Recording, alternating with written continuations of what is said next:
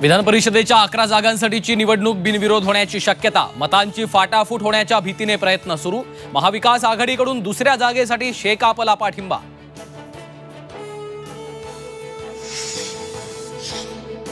हिम्मत असेल तर चोरलेलं धनुष्यबाण परत करा, नंतर निवडणूक लढा। राऊतांचा शिंदेंना आव्हान, मोदी शहांवरही जोरदार हल्लाबोल।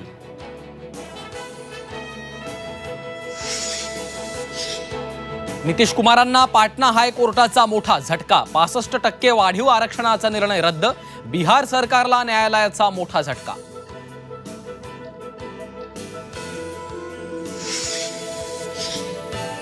मराठा ओबीसी आरक्षणाबाबत केंद्र सरकारला बघ्याची भूमिका घेऊन चालणार नाही, पुढाकार घेऊन मार्ग काढा, शरद पवारांची मागणी।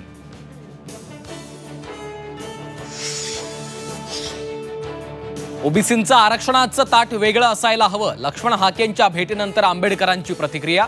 उपोषणाच्या 8व्या दिवशी हाकेंची प्रकृती खालावली।